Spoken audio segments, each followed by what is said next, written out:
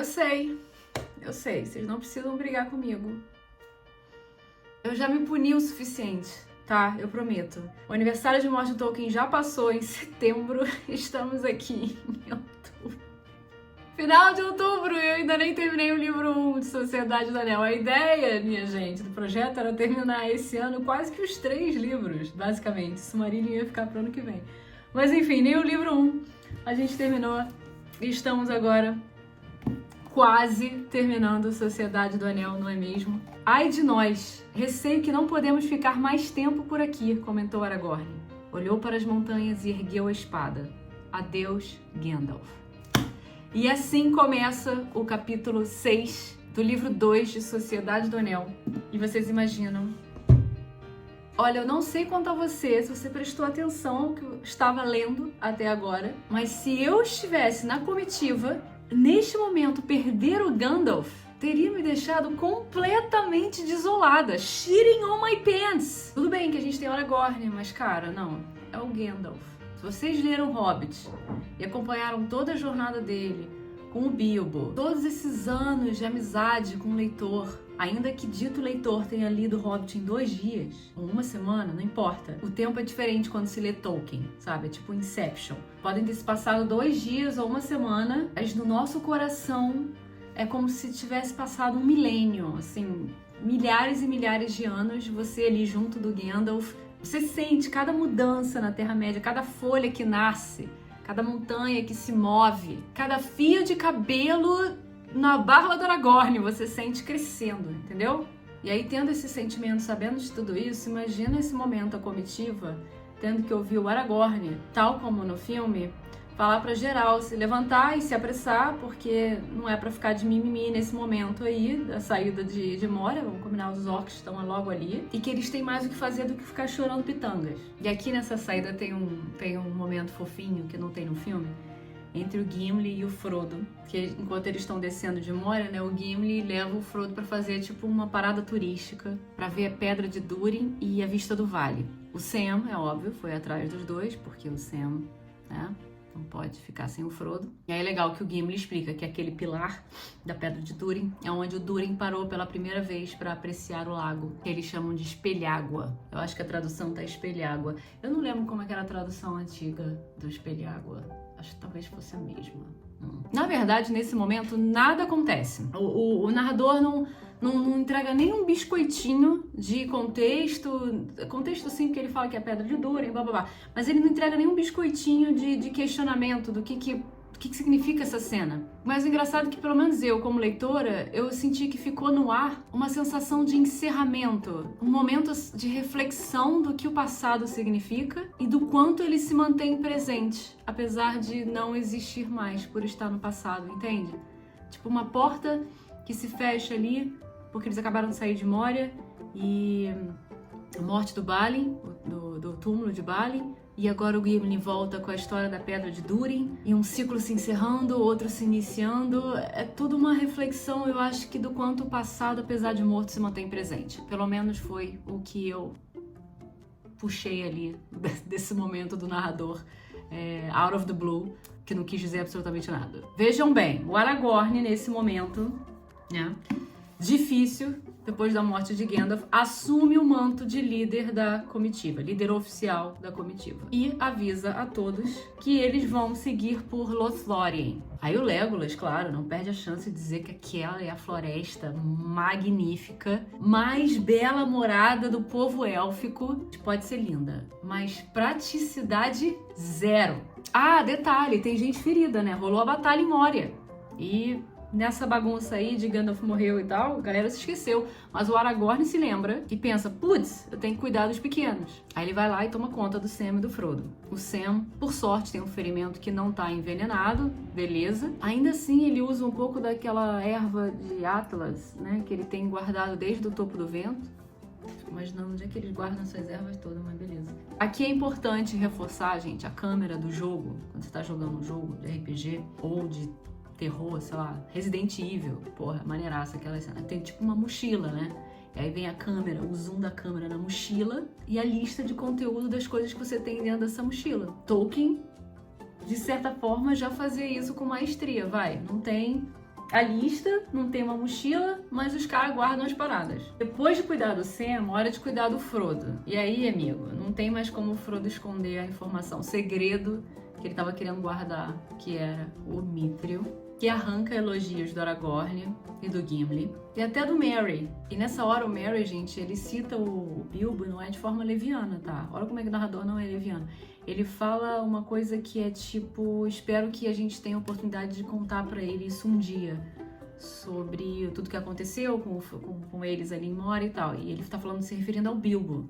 E olha a jogada aí do narrador, te dando a expectativa pro leitor desse encontro com o Bilbo em algum momento. Ele não fez isso à toa. É pra gente que é leitor sentir aquela saudadezinha do Bilbo. A gente já tá puto e triste por causa da morte do Gandalf. O cara me joga o Bilbo, agora tu fica... Você fica imaginando, caraca, que os dias melhores acabaram, como é que eles vão sair dessa treta? Enfim, chegamos ao pé da Floresta Dourada de Lothlórien. E aí Legolas aproveita esse momento pra explicar pra gente que Lórien não está deserta, porque apesar de todo o mal que habita a Terra-média, que está destruindo a Terra-média, invadindo a Terra-média, existe um poder ali muito grande nessa floresta que protege e afasta o mal dessa terra. Como no filme, rola um medinho do Boromir, sim, de entrar nessas terras.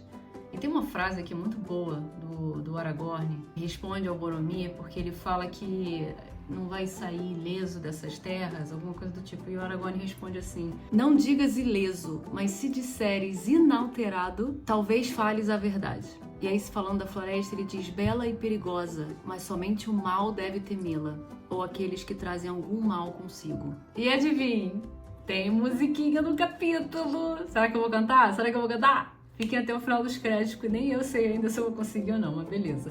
Dessa vez é o Legolas que canta sobre a donzela Nimrodel, sei lá como vocês querem falar, que é o nome dado ao rio por onde eles estão passando nesse momento. Também onde eles se decidem se banhar para curar as tristezas. Nesse momento é que ele explica também para a comitiva que o costume em Lórien é viver em árvores e por isso o nome Galadrim, que significa o povo das árvores. Não à toa, Galadriel, o nome que a senhora elfa dessas terras ganhou do marido, Celeborn, que a gente já vai conhecer daqui a pouco, porque vem aí do Galadrim, povo das árvores. Eu acho que eu já tinha comentado aqui, né, que Galadriel foi um nome dado, que não era o dela mesmo. Lá atrás, já tem tanto tempo que eu não gravo esses vídeos que eu já esqueci até o que eu já falei, gente. Que vergonha. Mas antes de chegar na floresta, antes de encontrar com Galadriel e Celeborn que seja, nós temos encontro com o povo dessa floresta, os primeiros guardiões, digamos assim, da fronteira. E aí, cara, essa parte é muito boa.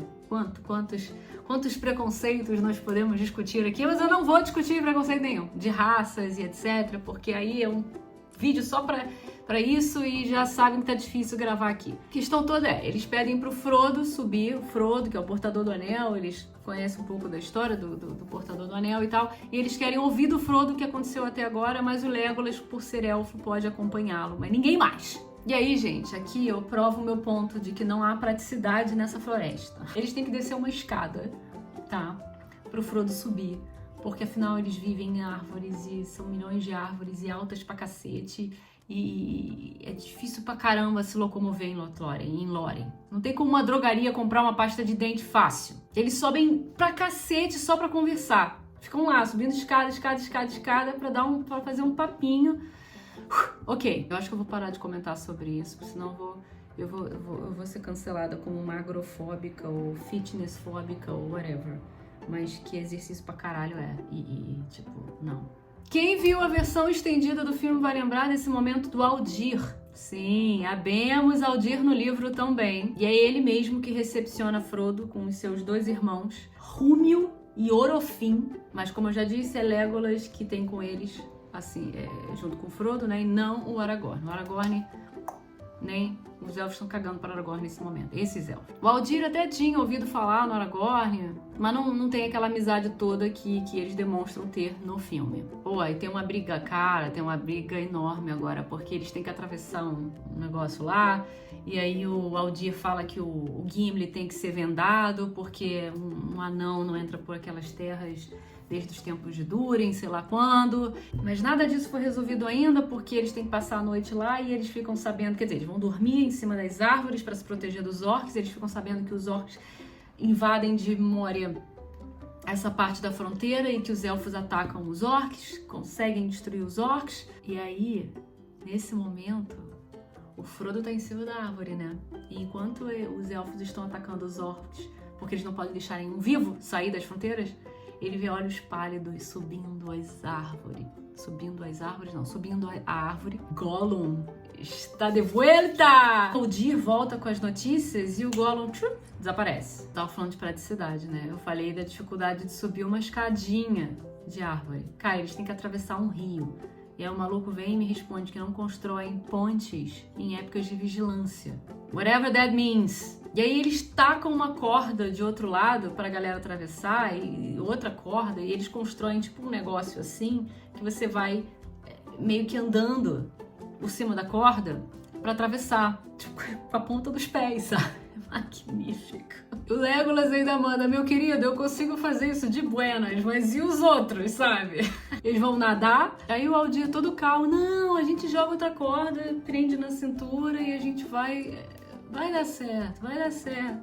Cara, eu já cansei de constatar que eu, na comitiva, já teria morrido na página 60 do primeiro livro, Sociedade do Anel. Esse aqui a gente tá no livro 2, no livro 1, ou seja, tipo que logo no iniciozinho, acho que eu não teria saído nem do condado. Aí finalmente, nesse momento é que rola a parte de vendar um anão. Aí o Gimli bate o pé, falou que não pode ser vendado, bababá. E aí vem a decisão diplomática do Aragorn, que é maravilhosa, mostra o quanto o personagem é maravilhoso, e diz, não. Se o anão tem que ser vendado, então todo mundo vai ser vendado. O Aldir ainda vem com um papinho de que nesses momentos de escuridão da Terra-média é um tempo que os elfos pegam mais os arcos que as harpas. Cara, essa frase é puta Tolkien, maravilhosa.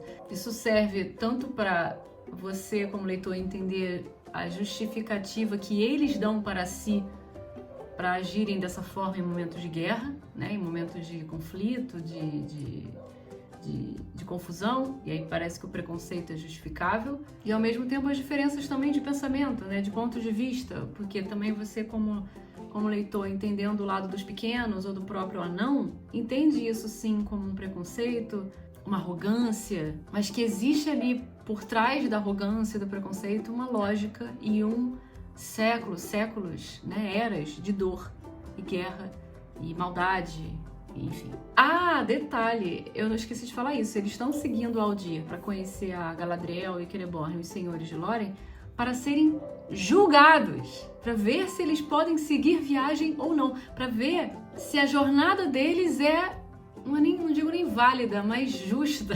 Sabe aquela hora que o Gollum escapa? Há notícias sobre isso, né? E os elfos falam que eles não atiraram nessa criatura porque eles não sabiam se a criatura era boa ou má. Olha que legal, ao dizer que os elfos não atiraram na criatura Gollum, que eles não sabiam o que era, se era uma criatura boa ou má, o fato deles não terem matado essa criatura é melhor do que dizer que eles atiraram e não acertaram para o Gollum teria que escapar, né? O narrador tem que de alguma forma fazer com que o Gollum sempre escape para um objetivo final aí que a gente vai ver mais pra frente no terceiro livro. Aqui, olha a esperteza do narrador. Eles poderiam ter dito, por exemplo, um escritor desatento poderia ter dito, eles tentaram atirar e não acertaram porque a criatura é muito ágil, ou alguma coisa do tipo. Porém, se você diz isso, você atesta para o leitor que os elfos são incompetentes. Tá, forcei um pouco a barra aqui, mas olha a lógica. Se eles atiram pra matar e erram, é porque eles não têm uma mira muito boa, são incompetentes nesse tiro, e aí bota em questão a confiança da comitiva em relação aos elfos e bota em questão a segurança da comitiva inteira. Então eles não podem dizer que eles tentaram atirar e não conseguiram. Eles têm que dizer sim que eles souberam, eles sabiam que estava ali, eles poderiam ter atirado e matado a criatura, mas não o fizeram porque de forma consciente, eles decidiram não atirar em alguém que eles não sabiam se era bom ou mal. Gente, isso parece pequeno, mas não é. Essa informação para a construção de toda uma raça da Terra-média dos elfos é extremamente importante. E junto com essa notícia de que, bom, que o Gollum escapou, que nem sabem o que é Gollum, né? Mas, enfim, que o Gollum escapou, que todos os orcs foram destruídos, tem a notícia, a melhor notícia de todas, que é da Galadriel, dizendo que todos podem tirar as vendas, inclusive o anão. Yay! Nesse momento, eles podem admirar Kerim Amroth. Eu sou pega de surpresa nesses livros do Tolkien todas as vezes que tem descrição de ambiente, de paisagem, porque eu nunca acredito que eu vá sentir tanta emoção por uma paisagem. Porque a descrição, quando você vê um filme, quando você vê a paisagem, toca aquela música, drama, e aí aquilo tudo toca de um jeito porque o visual é sempre muito mais forte. Porém, o Tolkien tem uma forma de descrever os ambientes que, minha Nossa Senhora, Kerim Amroth é suficientemente impactante. É como se eu estivesse de volta nos meus lugares favoritos de infância e sentisse tudo que eu senti quando eu era pequena, sabe? Eu li com 13 anos Hobbit, certo? Então, naquela época, o meu mundo, obviamente, ainda era muito menor. Eu tinha visitado muito menos lugares que eu já visitei hoje. E o meu lugar naquela época era Visconde de Mauá. E eu ia pra Visconde de Mauá. Acho que eu já falei sobre isso aqui, né? E tinha uma paisagem, assim, de árvores, de campo verde, e de rio, e de tudo que você possa imaginar em Lothlórien, eu tinha em Visconde de Mauá. De forma, obviamente, em outra escala, limitada, no meu mundo, a minha realidade de criança, quando eu ia pra Mauá com 8, 9 anos. Mas sim, era a minha Terra-média, era a minha Lothlórien. Eu só fui ter outros lugares para visitar na minha cabeça, para tentar ver o que poderia ser a Terra-média ou Lothlórien, muitos anos depois. E relendo agora, eu tenho mais lugares ainda que eu poderia ir, com a sorte que eu tive, com o privilégio que eu tenho, mas curiosamente, eu sempre volto para Visconde de Mauá. Não só nessa parte de Lothlórien, mas quase toda a Terra-média para mim, eu identifico em lugares que eu já visitei em Visconde de Mauá. É muito doido isso. Eu volto para aqueles lugares de infância que moldaram grande parte dos meus sonhos. Que drama. Mas é verdade. Pra finalizar, tem um momento aqui, brother, entre o Frodo e o Aragorn, que o Aragorn menciona Arwen, dizendo numa frase em élfico que o coração dele habita aquele lugar. Pra quem já sabe, eu acho que eu já falei isso aqui, mas pra quem já sabe, a Arwen é neta da Galadriel. Então ela é parte deste lugar. Quando ele fala que o coração sempre habita aquele lugar, o coração dele sempre habita aquele lugar, em parte ele tá assim falando sobre a Arwen. Pode ser o meu coração romântico vendo dessa forma? Pode. Que seja, é a minha interpretação. E o narrador termina o capítulo dizendo que o Aragorn pega na mão do Frodo e diz: venha comigo, porque ele quer mostrar a terra, né, que é linda, maravilhosa. E diz: venha comigo. E diz que Aragorn para lá nunca retornou. Talvez você já saiba o que acontece com o Aragorn ou com a Arwen, mas vai que tem alguém assistindo ainda que não sabe, então eu não vou falar pra não estragar, talvez não tenha nem visto os filmes ainda. Mas eu só vou comentar o quanto essa parte mexe comigo, porque diz muito mais do que parece. Porque essa frase não quer dizer apenas sobre o destino do Aragorn ou da Arwen. Não é só isso que guarda o significado dessa frase. Porque essa frase, de para lá ele nunca mais retornou, também diz muito sobre Galadriel, Celeborn e Lórien. Gente, o Tolkien não deixava nada passar. Nada. Chega! Vamos finalmente conhecer a maravilhosa, magnífica, estupenda Galadriel no próximo capítulo. Namari.